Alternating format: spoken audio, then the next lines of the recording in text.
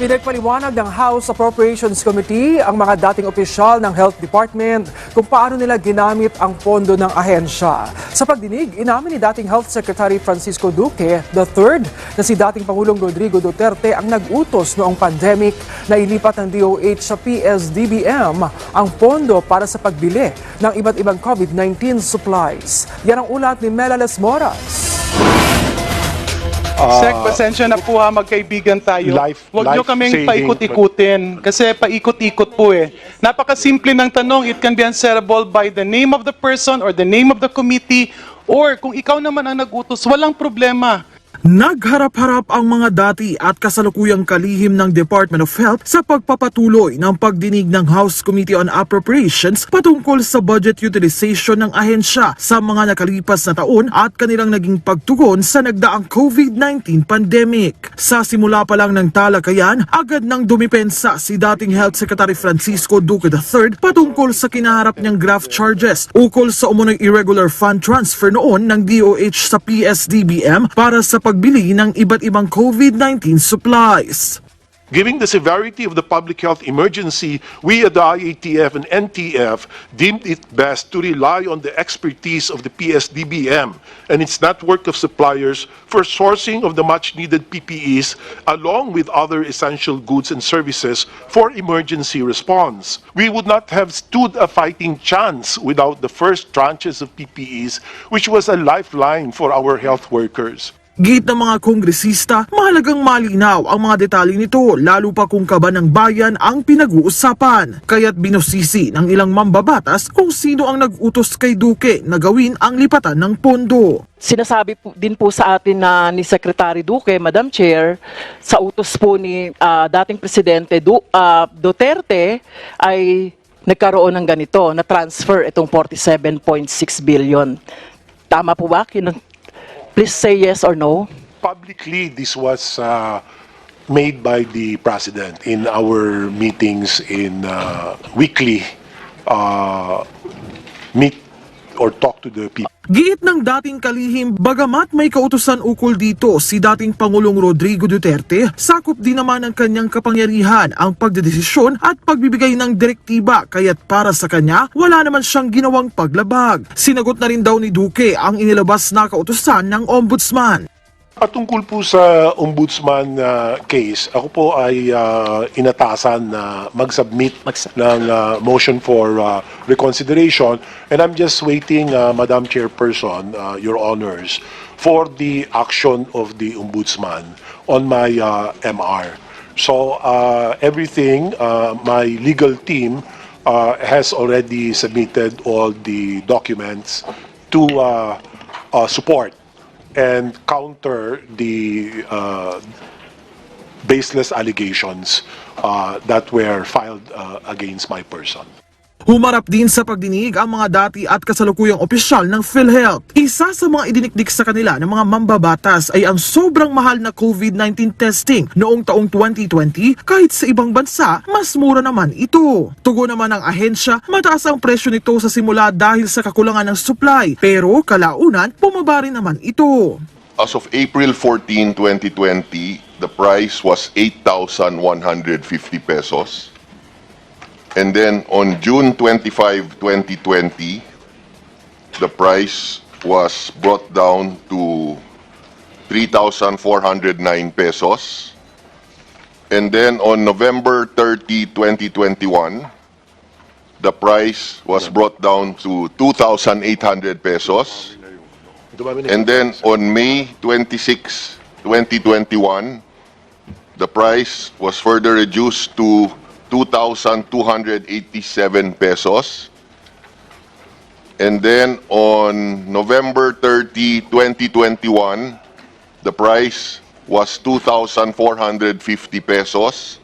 Inaasahang ipagpapatuloy ang pagdinig sa susunod na linggo. Hindi po ba sa lahat ng mga testing na ginagawa, there's a WHO formula that is being utilized? Yes, if I recall, that is part of the considerations in the formulation of the testing costs. So, Madam Chair, this... Madam, Madam Chair. Yes, I just Sec. wanted Duque. to interject with your permission that in the initial stage of the pandemic, where there was a scant supply of test kits, the testing cost was clearly very high.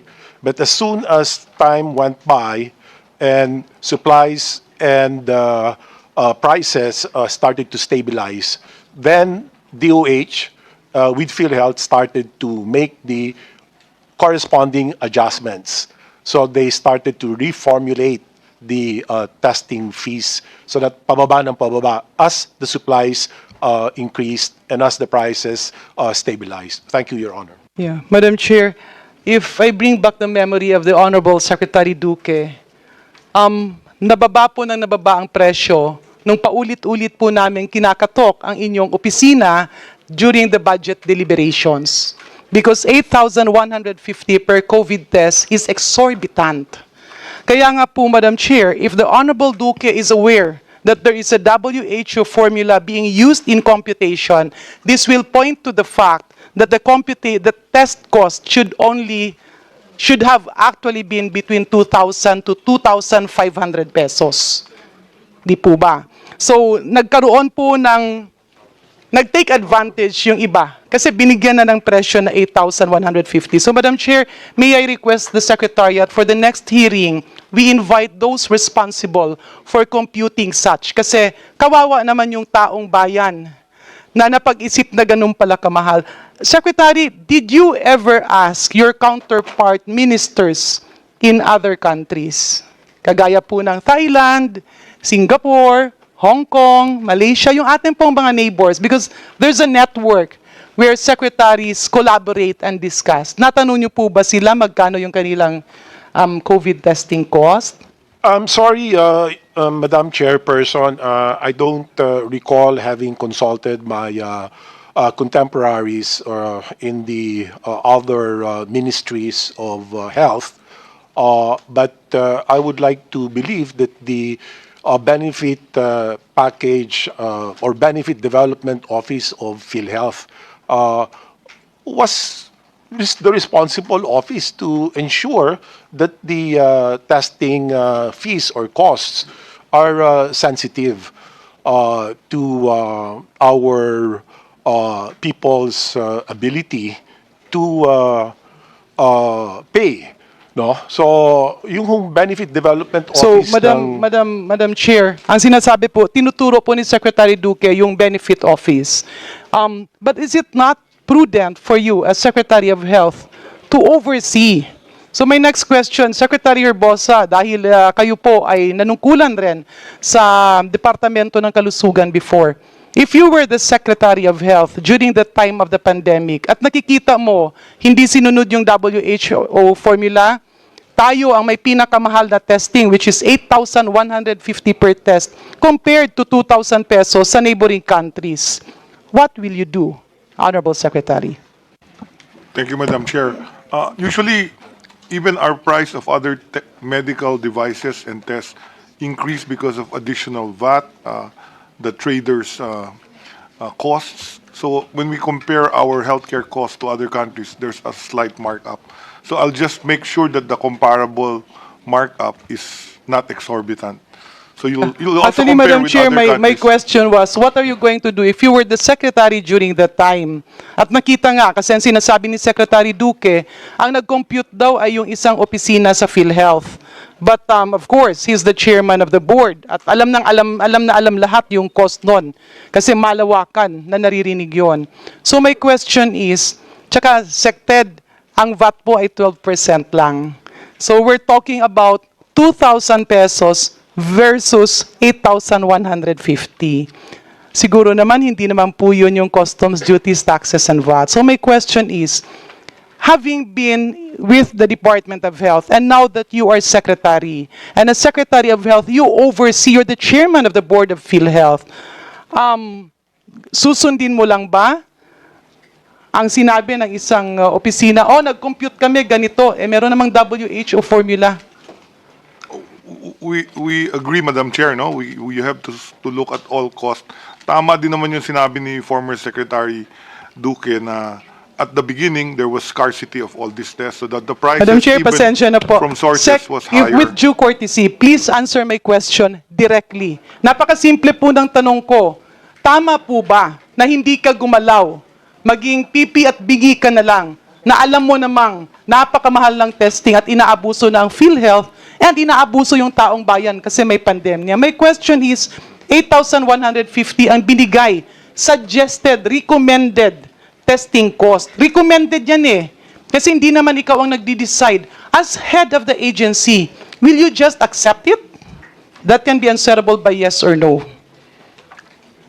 No, we'll not just accept it. We'll have to study it and compare with both local and international cost. In fact, at that time, ang mababa po, pinakamababa po was the Philippine Red Cross na testing rates.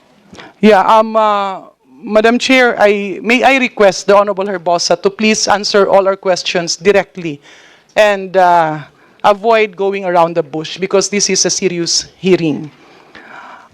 Moving forward, Madam Chair, ang sinabi ni Secretary Duque kanina is pandemic, mahirap, walang supply. Tama naman po yun. But is it not, Secretary Duque, that the government is the most powerful institution in a country? In fact, any hospital or any clinic will have difficulty surviving if they are not accredited by PhilHealth or the government. So yung sinabi nyo hindi kaya ng gobyerno kasi yung stock na sa mga pribadong sektor lang, but we were seeing in the news that the authorities were actually raiding the private businessmen for this. So ano po ang comment nyo dito? I don't exactly understand. I did not understand the context. Yeah, the context, Madam Chair, is earlier, the Honorable Secretary said, kaya naging mahal yan, hindi na kayo nag-communicate sa ibang ministers of health, hindi nyo na rin kinonsider yung WHO formula kasi talaga namang may shortage at walang stock. Pero kung walang stock, bakit kaya ng private sector magpa-test? Kasi ang issue here is the issue here is the price. The issue here is PhilHealth paying 8,150 pesos per COVID testing at yun ang naging benchmark. Kaya lahat ng private laboratories, including government laboratories, ay tinaga yung mga pasyente. And mind you, nagkaroon pa kayo ng ruling na hindi pwedeng i-release kung hindi maging negative ang test. Where everybody, virologists and immunologists knew that after 10 to 2 weeks, ay pwede nang hindi na infectious ang pasyente. So the point here is, the pandemic became an opportunity para lalong masirap yung tao. So ang tanong ko nga, ang sinasabi mo, walang available, bakit kinaya ng mga pribadong sektor? Ano po ang pananaw nyo? I will have to have that looked into, and but given my limitations as a private individual now, I would like to ask the DOH, the COVID laboratory expert panel, to look into the matter, because what is clear here is, as I've said earlier, the supplies then at the height of the pandemic or the initial stages of the pandemic was scarce. And so it was really difficult. Everybody was scrambling for supplies, and the whole world suffered from the global supply chain shortage. And so this affected even formulation of testing fees.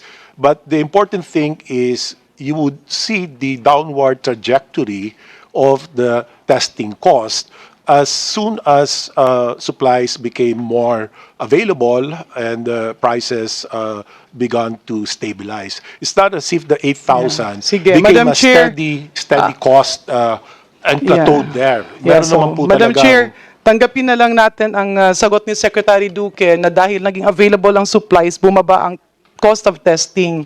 But records in Congress will bear it out that there were a lot of push from Congress for DOH to bring down the cost because it was a lot cheaper in the private sector. Let me move forward, Madam Chair, to my next question.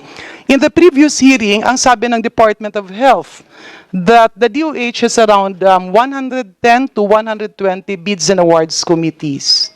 Can the Secretariat confirm this based on our records? Okay. So, Sec Duque, napakarami pala ng back ng Department of Health. Kasi kawawa naman yung ating DOH, including ikaw, na nagkaroon tuloy ng problema at kaso simply because there was the transfer of... Kano nga ba yung nalipat? How much was transferred to PSDBM? 47 billion. 46, the amount of money transferred to PSDBM. So, with 110 to 120 bids and awards committees, paano po nangyari na nilipat yung 47 billion approximately to PSDBM that pave way for DOH and yourself to end up having cases? Kasi kawawa naman yung ating mga health workers.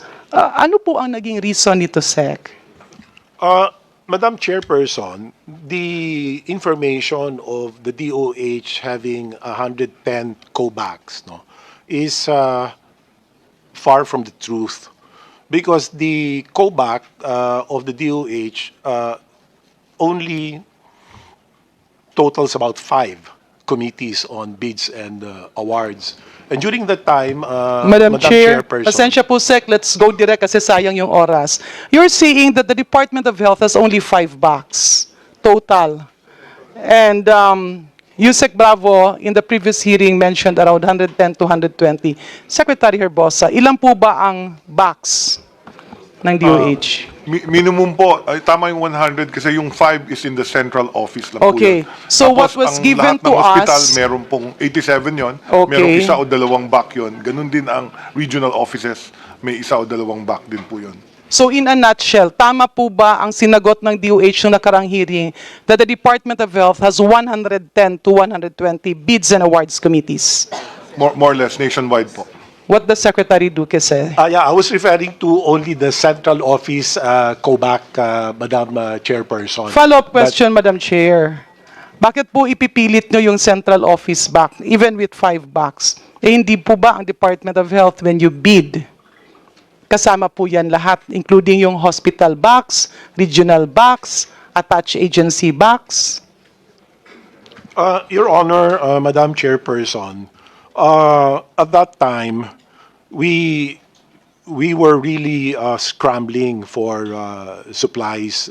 It would be too simplistic to assume that at the initial stages of the pandemic, there were sufficient local suppliers to provide the much-needed COVID supplies, and in particular, the personal protective equipment.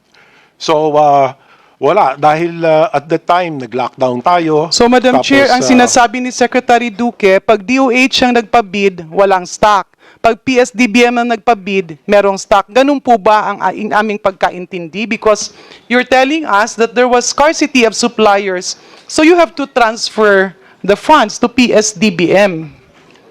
Pareho naman kayong ahensya ng Pilipinas. What makes PSDBM special that you have to course all the biddings through that agency rather than Department of Health, who has the technical expertise? we actually, our co-backs remained functional. And in fact, they did. So why transfer, Secretary, 47 billion to PSDBM and put the career of DOH people on the firing range? The answer to that, Madam Chairperson, is that the transfer was precisely effected and approved by the IATF, NTF, and endorsed to the President to So, Madam transfer Chair, may I to move that the PSDBM. Secretary provide us with the documents and the minutes of the meeting showing the directive of the IATF to transfer the money from DOH to PSDBM? I will review the records, Madam Chairperson, and I will... Teka, Madam Chair. There's a motion. Do I hear a second? All right. Hearing no objection, the motion is carried. Okay. So, Madam Chair, we will go back to that issue in the subsequent hearings. My last question to Secretary Duque. Sec, pasensya na Sec ha, kasi nalito kami nung previous hearing, supposedly hindi naman ito yung topic. Pero nagulat po kasi kami nung nasabing, can you confirm this? 71 billion ang inutang natin? Is that only for vaccines or is that for the whole COVID response? The total loan. Ms. Aleli, you have the floor. Thank you po, Madam Chair, and thank you, Secretary Duque. Yes, the Philippines made 6 loans from 3 from the aid. No, I will explain later. Some of these are just part of the 2 major or parent loans, one from the World Bank and one from the Asian Development Bank. So there is the Philippine COVID-19 Emergency Response Project, or the PSERP, wherein we made a loan of 100 million. We have the PSERP additional financing Sorry, Madam Chair. Yes. Alali, Philippine COVID Emergency Response project po. Project. That's a PSERP po. Okay. And then, so the first tranche of that is worth $100 million. The second one, the PSERP additional financing, which is worth $485,180,000. And then the PSERP 2 additional financing worth $300 million, which was eventually canceled in September 2023. Madam Chair, sandali lang po ha, nasanay kasi ako sa pesos. Sorry po. So, yeah. So, can we translate that to pesos so we avoid confusion? So, the initial first tranche of the loan was 100 million. Is that dollars or pesos? Dollars po, Madam. Oh, so it's 100 million dollars. Yes, ma'am. Yung pangalawang utang, 485 million 180,000 dollars. Okay. Yes po. Tapos yung pangatlo is 300 million dollars. Which was canceled in September 2023. And then, Was it canceled completely? Yes, Madam. Yes, Madam Congressman Garin po. Okay. And then we have the HEAL, or the Health System to Enhance and Limit COVID-19 project. So HEAL, under HEAL 1, we also made a loan of 125 million US dollars. Under HEAL 2, we made a loan of $700 million. And under HEAL 2 additional financing, an additional $500 million. You call that Hill 3 na? Or, Yes, opo. so it's Hill 1, 2, 3. Hill 1, $125 million. Hill 2, $700 million. Hill 3, $500 million. Opo. So any other loan? No, yun lang po, Madam. So that would be a Congressman Garin. total of 3, 4. May kulanong salita na ang ibig sabihin dito ay ang pagkakaisa. Bunyog Party List. Halika na, Bunyog Party List ka na. Halika na, Bunyog Party List ka na. Sa susunod, ang atinang suportahan, Bunyog Party List, nagtataguyod ng katotohanan, lumalaban para sa bayan.